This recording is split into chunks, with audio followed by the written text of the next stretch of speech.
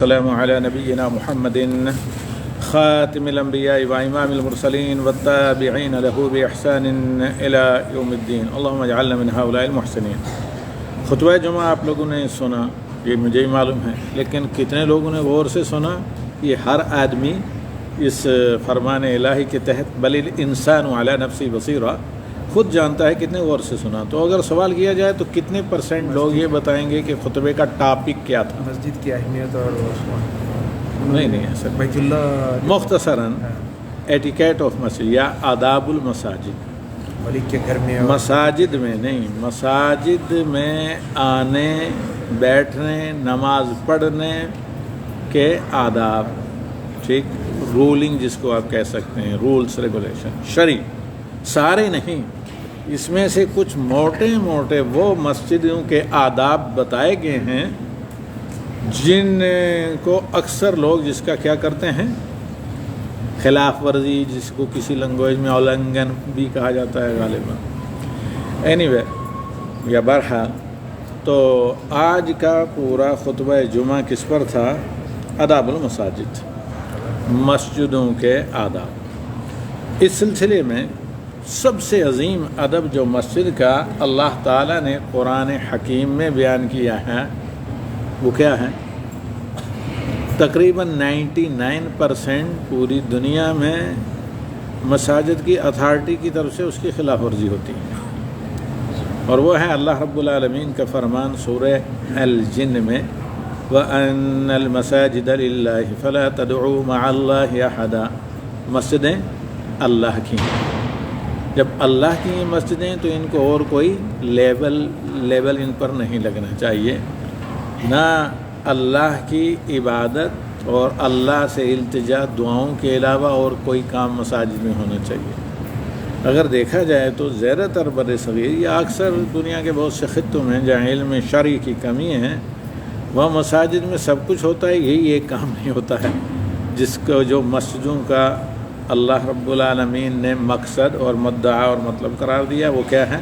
وَأَنَّ الْمَسَاجِدَ لِلَّهِ فَلَا تَدْعُوا مَعَ اللَّهِ أَحَدًا۔ مسجدیں اللہ کی ہیں، مسجدیں اللہ تعالیٰ کی توحید وحدانیت کی آبیاری، اس کی تحقیق، اور اسی طریقے سے صرف اور صرف اللہ کی عبادت، اللہ سے دعا کے لیے یہ مسجدیں اللہ نے اپنے بندوں سے بنوائی ہیں۔ لہذا ان کا سب سے نمبر 1 ادب مسجد کا یہ ہے کہ جب مسجد میں آدمی جائے تو 2 چیزیں سامنے ہوں، للہیت اخلاص، اللہ کی رضا اور خوشنودی، اور نبی صلی اللہ علیہ وسلم کی اتباع۔ وَأَنَّ الْمَسَاجِدَ لِلَّهِ فَلَا تَدْعُوا مَعَ اللَّهِ أَحَدًا۔ مسجدیں اللہ کی ہیں اور مسجدوں میں اللہ کے علاوہ کسی اور کی نہ عبادت کرو، نہ پکارو، نہ پکارو، نہ فریاد کرو، نہ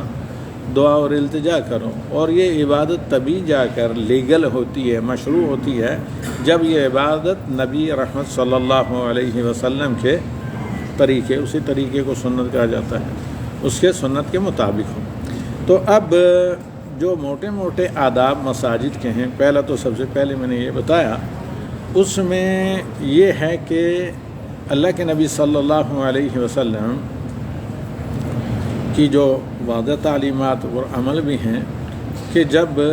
مسجد میں اذان ہو تو آدمی اطمینان و سکون سے مساجد کی طرف روانہ ہو، ٹھیک، لیکن اس سے بھی پہلے آدمی طہارت و نظافت، طہارت و نظافت کا مطلب یہ نہیں کہ جس طرح بعض لوگ وسوسہ قہری کے شکار ہوتے ہیں، 10 منٹ یا آدھا گھنٹہ یا گھنٹوں وضو میں لگا دیں گے، نہیں، یہ تو شیطان کو راضی کرنا ہے۔ نبی صلی اللہ علیہ وسلم نے کہا کہ یہ خنزب یا خنزب نامی دونوں طرف پڑا گیا، پیش کے ساتھ بھی زہر کے ساتھ بھی۔ ایک شیطان ہے جو پانی کا شیطان ہوتا ہے اور آدمی کو وسوسہ ڈالتا رہتا ہے کہ ابھی بھی تمہارا غسل نہیں ہوا، ابھی بھی تمہارا وضو نہیں ہوا، فلان جگہ خشک ہے، فلاں کیا، اس پر کوئی توجہ نہ دیں۔ ایک ہی دفعہ اگر آپ جسم کو تر کر لیں، ایک ہی دفعہ آپ وضو کے اعضاء کو دھل کر وضو کر لیں، کافی ہے۔ پہلی چیز طہارت کا خیال رکھ کر، پہلا ادب اللہ تعالیٰ نے جو قرآن میں بتایا ہے کیا؟ توحید کے بعد وہ کیا؟ وَإِذَا قُمْتُمْ إِلَى الصَّلَاةِ فَاغْسِلُوا وُجُوهَكُمْ وَأَيْدِيَكُمْ إِلَى الْمَرَافِقِ۔ تو آدمی غسل و طہارت کر کے وقار کے ساتھ نبی صلی اللہ علیہ وسلم فرماتے ہیں کہ رواں دواں ہو مسجد کی طرف، بے ہنگم غیر منظم طور پر دوڑ دھوپ کرتے ہوئے نہ جائیں ہانپتے کانپتے کہ ایک چپل ادھر پھینکی دوسری مسجد کے اندر گئی تیسری کہیں اور گئی یعنی تیسری آدمی کی، تو اطمینان اور وقار کے ساتھ آئیں۔ جو نماز آپ کو مل جائے وہ جماعت کے ساتھ پڑھیں، آنا تو پہلے چاہیے، لیکن اگر لیٹ بھی اگر آپ پہنچے ہیں تو دوڑیں نہ، اطمینان اور سکون وقار کے ساتھ آئیں۔ ما ادرکتم فصلوا، جو بھی تمہیں مل جائے اسے امام کے ساتھ پڑھو، وما فاتکم فاتموا، اور جو فوت ہو جائے، جو رکعتیں چھوٹ جائیں ان کو بعد میں مکمل کرو۔ اب یہاں پر مزید ایک چیز ہو سکتا ہے کہ پوری جماعت ہی چھوٹ جائے، یہ آج کا مسئلہ نہیں، یہ نبی صلی اللہ علیہ وسلم کے زمانے سے ہوتا رہا ہے۔ تو اس میں حضرت عمر رضی اللہ تعالیٰ عنہ کی ایک روایت ہے کہ اللہ کے نبی صلی اللہ علیہ وسلم فرماتے ہیں اگر کوئی آدمی نماز اور مسجد کے آداب کی رعایت کرتے ہوئے، جن میں سے کیا ہے وضو طہارت بھی ہے، پھر وقار کے ساتھ چل کر آنا ہے، مسجد میں پہنچا اور جماعت ختم ہو چکی ہے، پھر اس نے اکیلے جماعت پڑھی تو اس کو پورا جماعت کا اجر ملے گا، کیونکہ اس سے جو تاخیر ہوئی ہے وہ مسجد کے جو کنڈیشن یا آداب ہیں ان کو پورے کرنے کے لیے ہوئی ہے۔ اس کا مطلب یہ نہیں کہ آدمی وسوسے کا شکار ہو، کہنے کا مطلب یہ ہے کہ وہ سب کچھ کوشش کرنے کے باوجود ہزار رکاوٹیں انسانی ضروریات ہوتی ہیں، کسی رکاوٹ کی وجہ سے پہنچتے پہنچتے جماعت ختم ہو گئی، تو اگر وہ اکیلا بھی مسجد میں جا کر پڑھتا ہے تو تب بھی اسے پوری جماعت کا اجر ملتا ہے۔ اس کے علاوہ یہاں تو بڑی خیر لمبی کچھ چیزیں ہیں،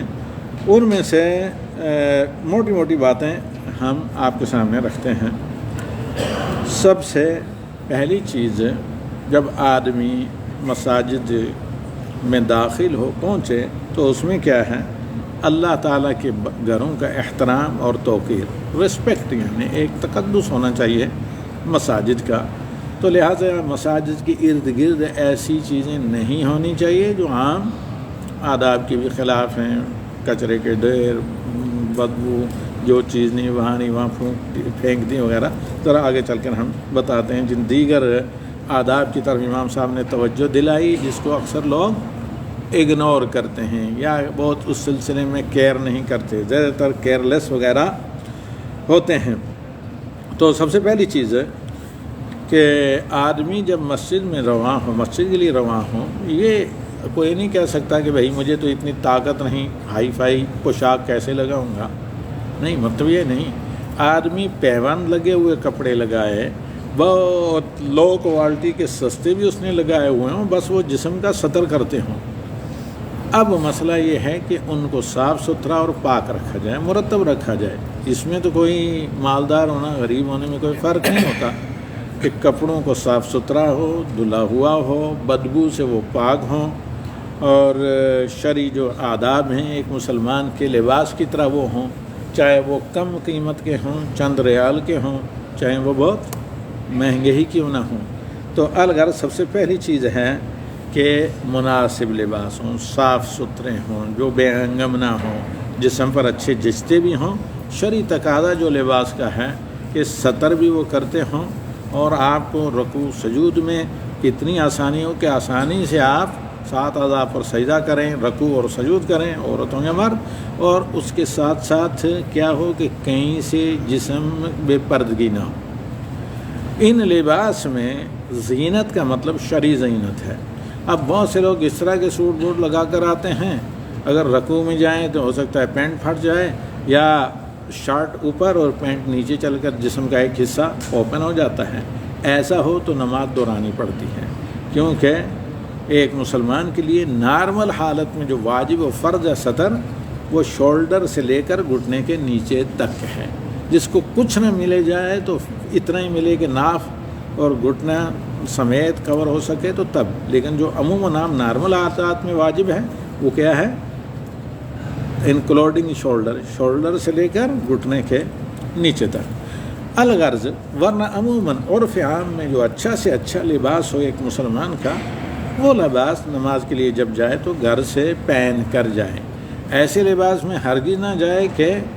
اگر کسی قرابت دار مہمان کے سامنے، کسی حاکم، کسی ذمہ دار، کسی افسر کے سامنے کسی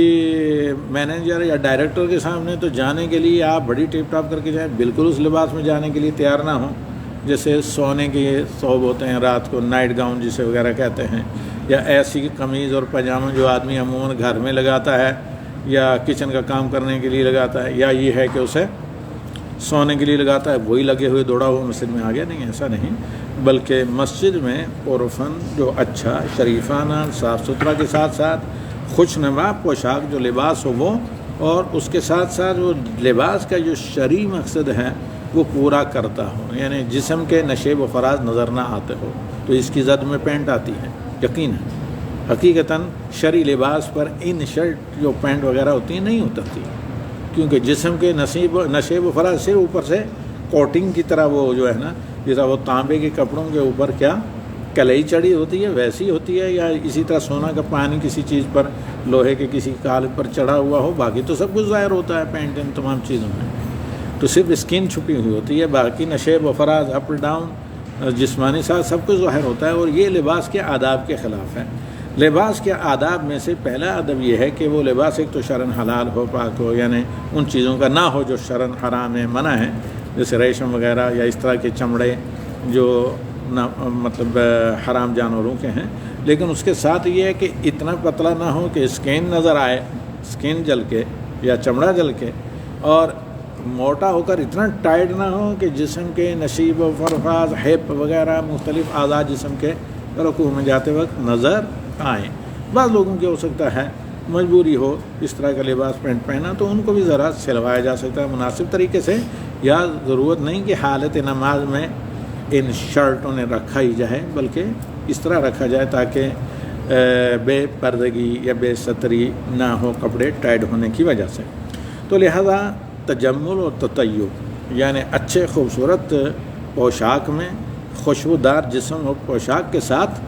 مسجد میں پہنچیں، اور اس کے علاوہ صاف ستھرے کپڑے ہوں، یہ نہ ہو کہ ورک شاپ میں جس طرح کے یا دیگر کام کچن کے کوئی کام کرتے وقت جس طرح کے وہ کپڑے لگائے تھے ان سے پیاز دنیا بھر کی بو آ رہی ہے، اور اس پر مختلف قسم کے آٹو موبائل آئل اور کچرا اور یہ جو چیزیں ہوتی ہیں ورک شاپ میں مختلف قسم کے کیمیکل لگے ہوئے ہوں جن کی بدبو آئے، ان سے بچنا چاہیے۔ ٹھیک ہے وہ لباس ہے 1 منٹ میں اتاریے، اوپر سے ایک سوتی سا ہلکا چند 5-10 ریال کا توپ ڈالیے صاف ستھرا، اور نماز پڑھنے کے لیے جائیے، نہ خود آپ کو تکلیف، نہ ملائکہ کو بدبو سے تکلیف، اور نہ دیگر مسلمانوں کو کسی قسم کی تکلیف۔ اور اسی طرح ایک بڑا مسئلہ ہے کہ لوگوں کے منہ سے بدبو آتی ہے، تو لہذا اس کے تو موجودہ دور میں بہت آسان حل ہیں۔ اس طرح کے کچھ مطلب ہاربل اس طرح کی چیزیں ہیں، بالکل منٹ وغیرہ یا پودینہ اس طرح کی چیزیں اگر مسواک کر لی جائے، چبا لیا جائے ان کو، تو بو ختم ہو جاتی ہے۔ بالخصوص سب سے خبیث بدبو جو ہے، مطلب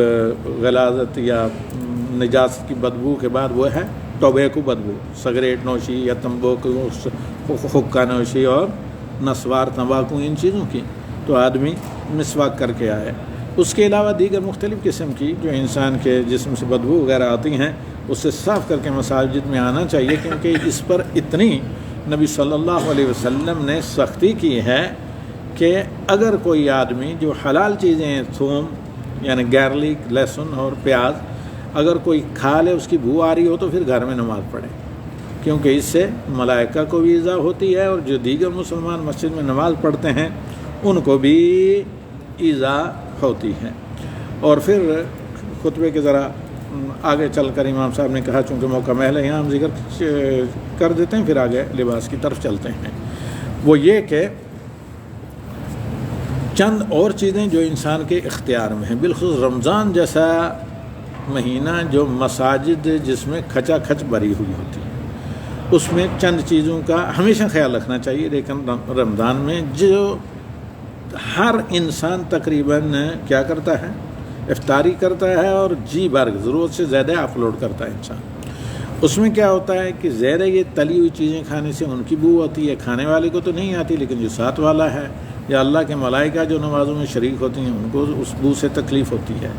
پھر مصیبت اس پر مزید یہ ہے کہ معدے کو جب اوور لوڈ کیا جاتا ہے تو پھر ڈکار آتے ہیں۔ ایک شخص کو ڈکار آئی نا، ڈکار سمجھتے ہیں نا، جشا جس بارے میں کہتے ہیں، ایک شخص کو نبی صلی اللہ علیہ وسلم کے سامنے ڈکار آئی تو اللہ کے نبی صلی اللہ علیہ وسلم نے کہا کہ کف عین کا جشا کا حاضر، آپ نے اس ڈکار کو لے کر کہیں اور جاؤ اور ہمیں یا لوگوں کو تکلیف نہ دو۔ یہ کیوں؟ جب نبی صلی اللہ علیہ وسلم نے کسی کو ایسا کہا، اس کا مطلب یہ نہیں کہ انسلٹ کیا، اس کا مطلب یہ کہ یہ انسان کے کنٹرول، قابو اور اپنے اختیار میں ہے۔ جیسے امام صاحب سے آپ نے سنا کہ ڈکار اسی وقت آتے ہیں جب معدے کو اوور لوڈ آپ کرتے ہیں۔ جیسے نبی صلی اللہ علیہ وسلم نے کہا کہ یکفل بنی آدم لقیمات یا کفل بنی آدم لقیمات یقمن صلبہ، ایک آدمی کے لیے کھانا کے چند لقمے کافی ہیں جس سے اس کی کیا صحت برقرار رہے، یعنی جس کے اس کے جسم میں جو جان بن سکیں، جزو جسم بن سکیں۔ اگر زیادہ ہی کسی کو کھانا ہو تو 1/3 کھانا، 1/3 پانی اور 1/3 ہوا، اور اس طریقے سے نہیں، ایک حصہ پانی، ایک حصہ ہوا کی آمد و رفت کے لیے، ایک کھانا، ایک حصہ ہوا کی آمد و رفت کے لیے رہنے دیا جائے، اور ایک حصہ پانی اور ہوا وہی سانس وغیرہ۔ تو اس طریقے سے آدمی اتنا کھائے تو یہ جسم اس کو ابزارب بھی کرتا ہے، جذب بھی کرتا ہے، وضو بھی زیادہ دیر تک باقی رہتا ہے، اور انسان کے قوت کے لیے بھی یہی کھانا مفید ہوتا ہے، ورنہ وہ غیر معصوم طریقے سے فضلے میں چلا جاتا ہے۔ تو اب جب زیادہ کھائے جاتے ہیں تو پھر ڈکار آتا ہے، اور ڈکار سے لوگوں کو بہت تکلیف ہوتی ہے، بالخصوص افطاری کر کے جب لوگ کھڑے بھی نہیں ہو سکتے ہیں، نہ تراویح میں زیادہ کھانے کی وجہ سے اور نہ ہی عشاء کی نماز میں، کیونکہ شاید میرے خیال میں 9 بنوں کے موجودہ دور میں تو بہت زیادہ لوگوں کو سہولت ہے اس چیز کی، طرح طرح کے کھانے کھاتے ہیں۔ بھائی آرام سے عشاء پڑھ کر تراویح پڑھ کر گھر میں جا کر سحری سے پہلے کھا لیں، سحری کا کام بھی دیں گے اور آپ کی ضرورت بھی پوری ہو جائے گی۔ اسی طرح جو اللہ رب العالمین نے قرآن کریم میں کہا یا بنی آدم خذوا زینتکم عند کل مسجد وکلوا واشربوا ولا تسرفوا انہ لا يحب المسرفین، اس میں شک نہیں کہ یہ قرآنی آیت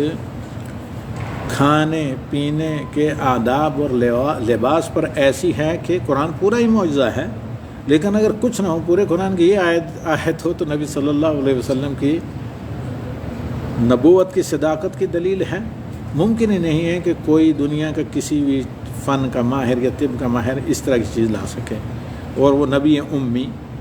خود بنا کر اپنی طرف سے تو ممکن ہی نہیں لا سکیں، اور قرآن کا کچھ نہ ہو یہی آیت ہو تو قرآن کی صداقت اللہ کے کلام ہونے کی نشانی ہے، اور نبی رحمت صلی اللہ علیہ وسلم کے امام المرسلین ہونے کی۔ اس میں اللہ تعالیٰ کہتا ہے اے آدمی و فرزندان آدم، عورت و مرد تم سب ہی، خذوا زینتکم عند کل مسجد، اس میں مراد آپ گھر میں نماز پڑھیں یا عورتیں گھر میں پڑھیں؟ مسجد سے مراد اس میں یہ نہیں ہے کہ مسجدیں اس طرح کی جو بنی ہوئی ہیں ان کو مزید آداب ہو جاتے ہیں، کیونکہ بہت قیمتی یہ کارپیٹ وغیرہ یہ جو آپ کے نیچے وولین پڑی ہے جس کی 50 سال کی گارنٹی ہوتی ہے، تو ان کے تو اور ذمہ داریاں ہوتی ہیں کہ آپ بہت زیادہ خیال رکھیں، بلکہ میلے موزے بھی نہ لگا کر آئیں۔ لیکن یہاں پر اللہ جو کہتا ہے یا بنی آدم خذوا زینتکم عند کل مسجد، جہاں آپ کو نماز پڑھنا ہو، جب بھی ایک لکڑی کے تختے، ایک چٹان پر، ایک مسلے جائے نماز پر آپ کو گھر کے کسی کونے میں پڑھنا ہو یا کہیں بھی پڑھنی ہو نماز، جب پڑھیں تو نماز کے لیے تیار ہو کر لباس سے مزین ہو کر نماز پڑھیں، یعنی اچھا مناسب لباس جو اللہ تعالیٰ کے سامنے کھڑے ہونے کے شایان شان۔ ایک چیز، دوسری بات جو یہاں پر اللہ رب العالمین نے کی ہے وہ یہ کہا ہے کہ وَكُلُوا وَاشْرَبُوا، اس سے معلوم ہوا کہ کھانے پینے میں بے احتیاطی کا جس طرح نیگیٹو اثر انسانی ہیلتھ پر پڑتا ہے، ماحول کی سماجی ہیلتھ پر بھی، اسی طرح اس کا نماز جیسی عبادت میں پڑتا ہے۔ پورا خشوع خضوع، فل کنسنٹریشن، پورا فوکس نماز پر زیادہ کھانے کی وجہ سے آدمی نہیں کر سکتا۔ وَقُلْ، اللہ تعالیٰ کہتا ہے کھاؤ اور پیو، وَلَا تُسْرِفُوا، لیکن فضول خرچی نہ کرو، اسراف نہ کرو، یعنی اتنا ہی کھاؤ جس کی ضرورت ہے، جس کی ضرورت نہیں وہ نہ کھاؤ، اس سے زیادہ نہ کھاؤ، جس سے تمہارا کام چلتا ہے اتنا کھا لو اور اوور لوڈ نہ کرو۔ وَلَا تُسْرِفُوا،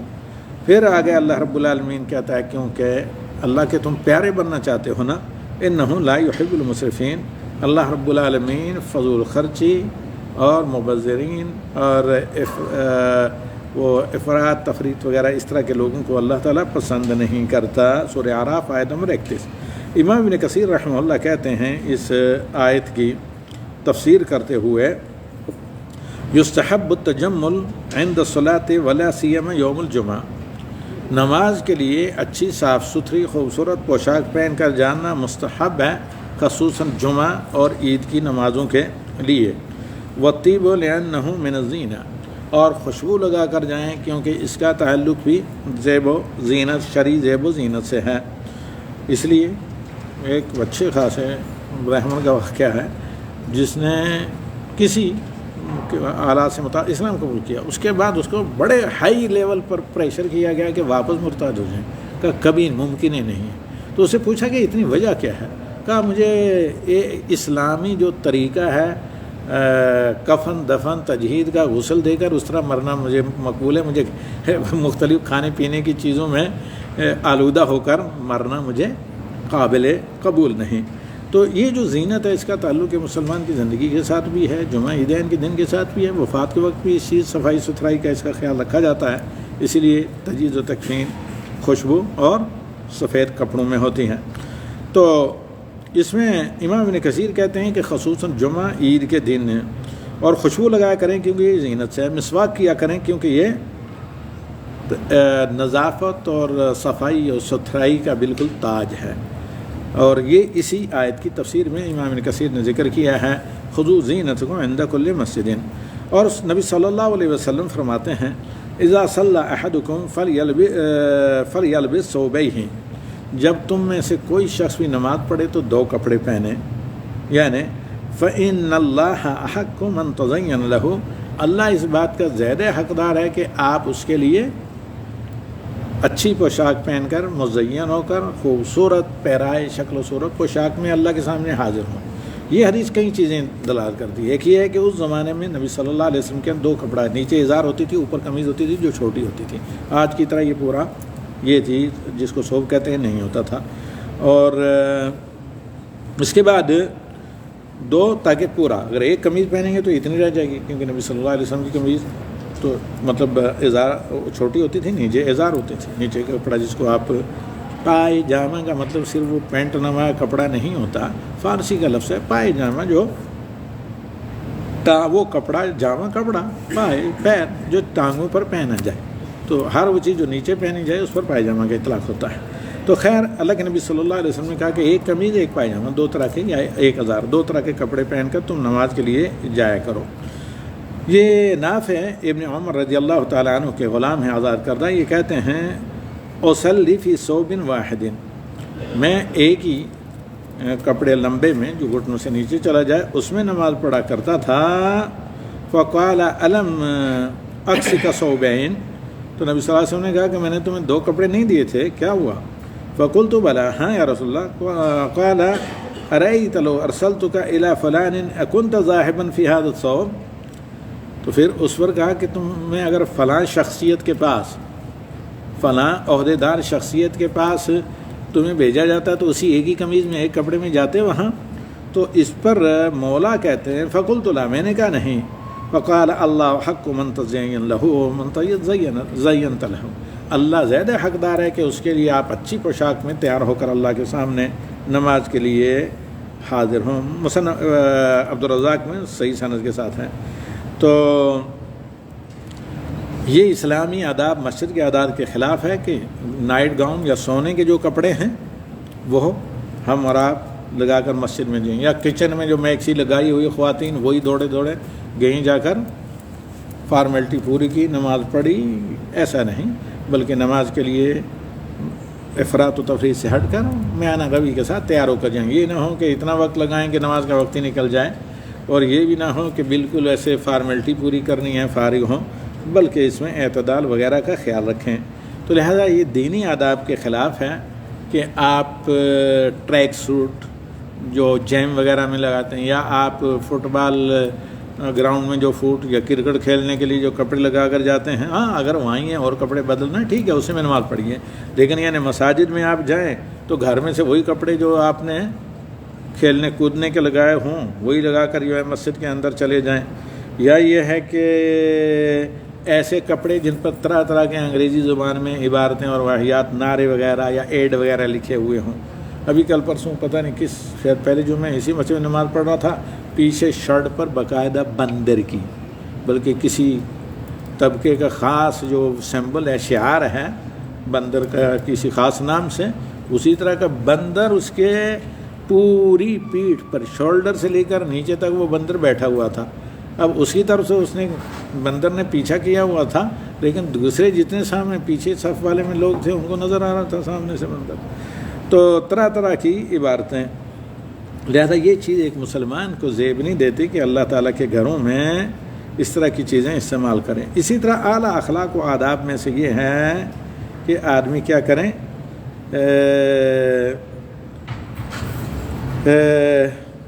بری ہر طرح کی بدبو سے بچیں۔ اس پر تفصیلاً میں گفتگو کر چکا ہوں، جس میں توبے کو بدبو، دیگر طرح طرح کی بدبوئیں ساری کی ساری آتے ہیں۔ مزید اس میں آدمی اس چیز کا خیال رکھے،